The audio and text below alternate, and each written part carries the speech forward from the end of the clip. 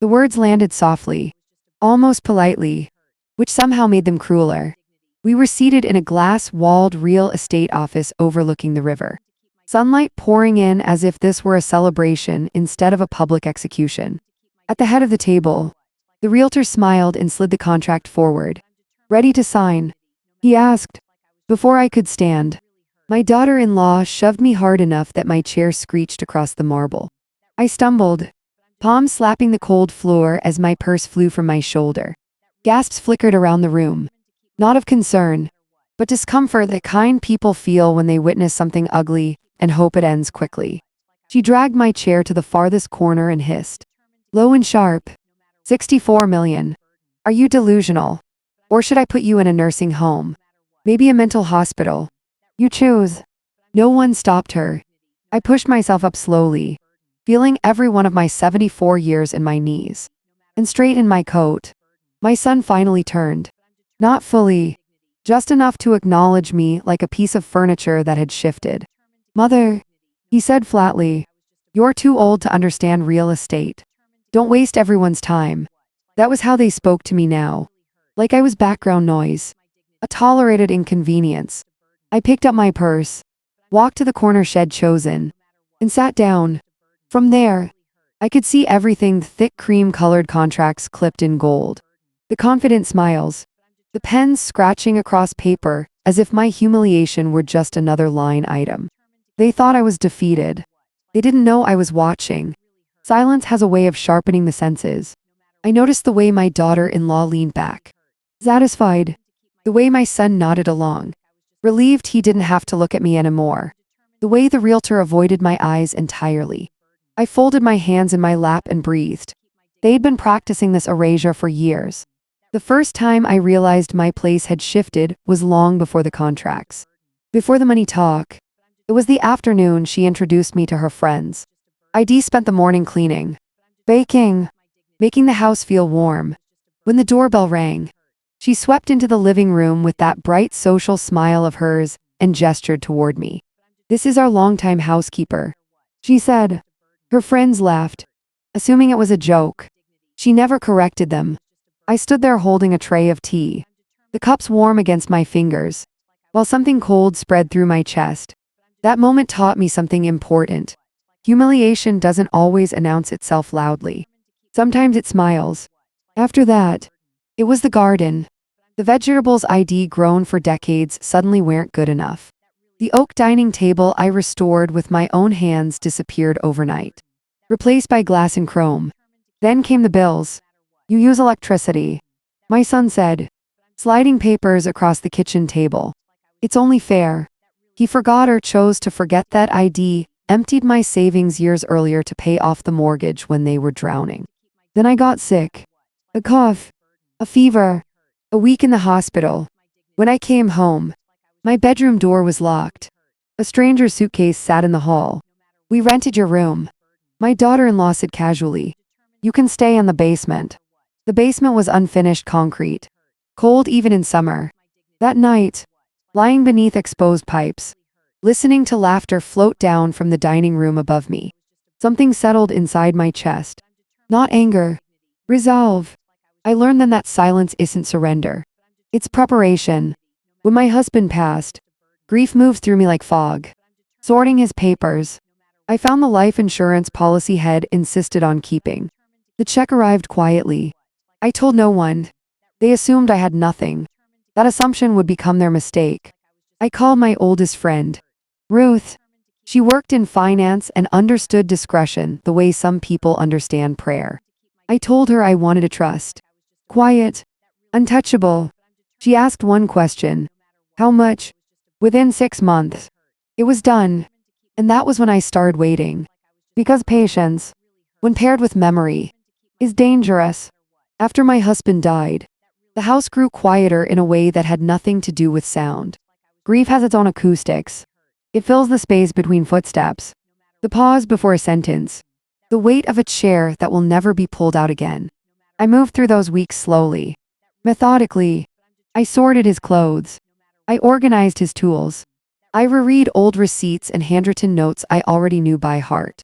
To anyone watching, I must have looked like a woman simply trying to survive her loss. What they didn't see was that I was also taking inventory. Among the papers was the life insurance policy Head insisted on keeping. Even during the years when money was tight and we argued over every unnecessary expense. It's not for us, he used to say. It's for when one of us can't protect the other anymore. The check arrived a month later. Crisp. Impersonal. Just numbers on a page. I didn't tell my son. I didn't tell his wife. They never asked. They assumed whatever I had would be small, easily absorbed into the gravity of their lives. They were used to overlooking me. I made sure that habit stayed intact. That was when I called Ruth. Ruth and I had grown up together on the Oregon coast. Two girls from a fishing town where privacy was currency and loyalty was survival. She had gone on to finance, portfolios, trust, clients who valued silence more than returns. I told her exactly what I wanted. A trust, I said. Out of state. Strong asset protection. No visible connection to me. She didn't ask why. She asked, how much control do you want? Enough. I said, that no one can move without my permission. Within 6 months. It was done. On paper. The trust belonged to a holding company. The holding company was managed by Ruth. My name appeared nowhere. No signature. No trail. If anyone went looking, all they would find was clean legal distance. That invisibility became my shield. Through the trust, we started small. Conservative investments. Shares purchased quietly. Never enough to attract attention. I watched markets the way I once watched tides. Patient and observant. Then one name crossed my monthly report. The development firm. At the time, it meant nothing to me. Just another company among many. But over the next year, I saw it again and again. New permits, land acquisitions, zoning approvals. Eventually, I recognized the address. It was the parcel of land my son kept talking about. The dream estate. The one he and his wife discussed over dinner. Over wine. Over the kind of laughter that doesn't include everyone at the table. The one she bragged about to friends on the phone, pacing the kitchen as if it were already hers. I listened from the basement. They say it's going to be one of the most exclusive developments in the county. She said once. Gated. Private. Only the right kind of people. I smiled into my soup. Quietly. Through the trust, I increased my holdings. Slowly. Carefully. 40%. Not enough to draw headlines. More than enough to matter. Would no one, not my son, not his wife, not even most of the investors understood was that the trust didn't just own shares. It owned the land, the very ground they dreamed of standing on. I said nothing. At home, I continued to play my role. I cooked for myself. I paid the utility bills they'd assigned to me. I kept my garden small and tidy, careful not to offend anyone's aesthetic standards.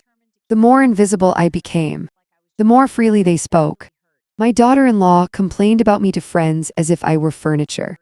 She doesn't need much. She laughed once. At her age, it's all downhill anyway. My son nodded along. That hurt more than I expected. Not sharply. Slowly. Like erosion. Then came the money problem. They didn't have enough liquid cash for the estate's initial deposit. I heard the arguments through the floorboards. The frustration. The blame. That was when Ruth made the call. The trust, she explained, was willing to provide the deposit. Anonymous. Discreet. The contract was airtight. If the trust declined to release remaining funds at any point, the deal would collapse. The deposit would be forfeited. My son skimmed the paperwork. My daughter-in-law pretended to read it. Neither of them saw the hook. Why would they? In their minds, this was just another invisible benefactor stepping in to help them rise. From that day on, I watched them change. They walked taller, spoke louder, planned renovations to a house that wasn't yet theirs. They argued over which rooms I would be allowed to use. If any, maybe the guest room. My son said once, if she behaves. I kept my head down. Late at night, in the basement, I reviewed reports Ruth sent me. Every dollar, every delay, every approval. All of it waited on my signature. And I waited, too, because silence when combined with leverage, is not weakness, it's inevitability. The morning of the closing arrived dressed like a celebration. Sunlight spilled through the glass walls of the real estate office, bright and confident, as if the day itself had already decided who would win. Polished marble floors reflected crisp suits and expensive shoes. The air smelled faintly of fresh coffee and cologne, the scent of money moving from one hand to another. I arrived early. That surprised them. My daughter-in-law glanced at me as I took my seat, her expression flickering with irritation before settling into thin politeness. She hadn't expected me to show up at all. In her mind, I was already a detail handled, a signature to be rushed, a problem to be managed. My son didn't greet me. He was busy shaking hands, laughing too loudly, playing the role of a man on the edge of greatness. I watched him from across the table, remembering the boy who used to run barefoot through wet sand, pockets full of seashells. Power changes people, or maybe it just reveals them. The realtor cleared his throat and began his practiced routine, outlining the steps of the closing. His voice was smooth, confident. He spoke of numbers so large they barely felt real. $64 million. Futures being secured. Legacies being built. That was when my daughter-in-law leaned CL in that room. It pressed down on everyone but me. My daughter-in-law was the first to speak, her voice sharp with forced laughter. "This is ridiculous," she said. Just confused. "We've already agreed on the terms." The attorney didn't look at her. He looked at me. "Mrs. Harper," he said, "are you ready to proceed?" I nodded once. I opened the leather folder in front of me. Inside were documents no one else at that table had ever seen. Not drafts, not suggestions, finals. I picked up the pen. That's when my son stepped forward, his chair scraping loudly as he stood. "Mother," he said, his voice suddenly soft, almost pleading. "Let's talk about this later. At home." Home. The word landed strangely. "You stopped calling it that years ago," I replied calmly.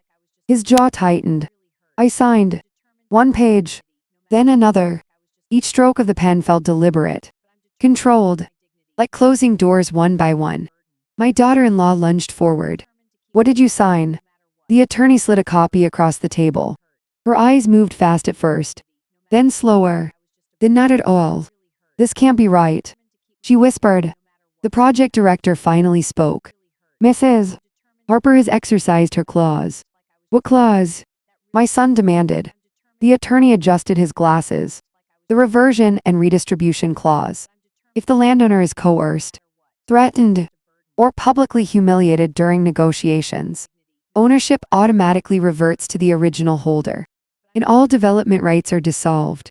The words hit the room like broken glass. "Dissolved?" one investor asked.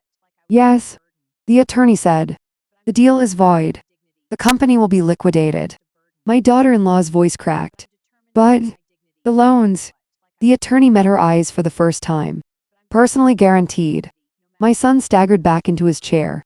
The room erupted. Chairs slammed. Voices overlapped. Someone swore under their breath. Phones came out. Hands shaking. I stayed seated, invisible again. But this time, it was my choice. The realtor whispered, "Why would you do this?" I looked at him kindly.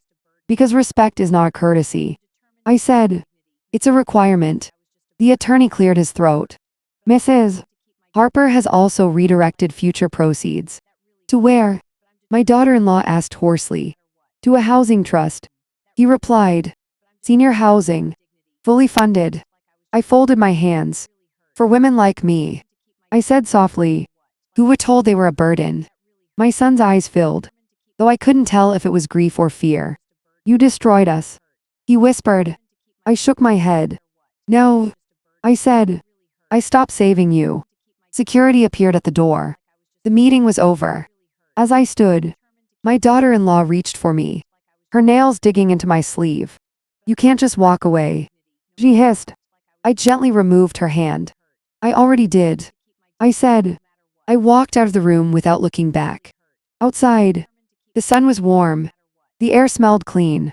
For the first time in years, my shoulders felt light. Not because I had won, but because I was finally free. What remained after the meeting? The world didn't explode. It went quiet. That surprised me more than anything. There were no headlines with my name. No dramatic arrests. No apologies delivered on bended knee. Justice, I learned, rarely announces itself. It simply rearranges the room. I returned to my apartment that evening and brewed tea the way I always had. One cup. No ceremony. The kettle whistled softly. And for the first time in years, no one rushed me. No one questioned why I was sitting down. No one asked what I planned to do next. The phone rang once. I let it ring. Then again. I still didn't answer. On the third call, I picked up. It was my son. His voice sounded smaller than I remembered. Not angry. Not commanding. Just tired. They are saying everything's gone. He said, the company, the house, the accounts.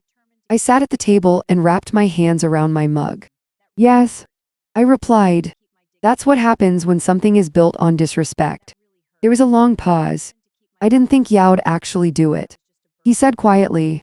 I closed my eyes. I know. I said. That's why I could. He swallowed. We were under pressure. You don't understand how hard it was. I opened my eyes and looked around my small kitchen. The chipped counter. The faded curtains. The silence. I understand pressure. I said. I lived under it for decades. The difference is, I didn't use it as an excuse to forget who I was. He didn't respond. I'm not calling to fight. He finally said, I don't know what we are now. I thought about that. We are what we've always been. I said, just without the pretending. He exhaled shakily. Can I see you? He asked. Not yet. I replied. The honesty surprised even me. When? He asked. When you can sit across from me without needing something. I said. Then we'll talk. The line went dead. Weeks passed. The housing trust took shape quietly. Land rezoned. Foundations poured. Contracts signed without shouting. Without threats. Women my age began calling the office not desperate. Just hopeful. I visited the site once. The building wasn't finished. Just steel beams and concrete. But I could already imagine the laughter in the hallways. The peace in rooms where no one would ever be told they were useless. One afternoon, I received a letter. Handwritten. From my daughter-in-law. It wasn't an apology. It was an explanation. I read it once. Then I folded it carefully and placed it in a drawer. Some things don't need replies. On my birthday, I took myself out to dinner. A small place by the water. I ordered dessert first. The waiter asked if I was celebrating something. Yes. I said. What? He asked. I smiled, being finished with proving my worth. That night, as I walked home, I realized something simple and profound. They never took my power. They only borrowed it. And when I stopped lending it to them, everything changed. This is not a story about revenge. It's a story about boundaries. And the quiet freedom that comes when you finally honor them.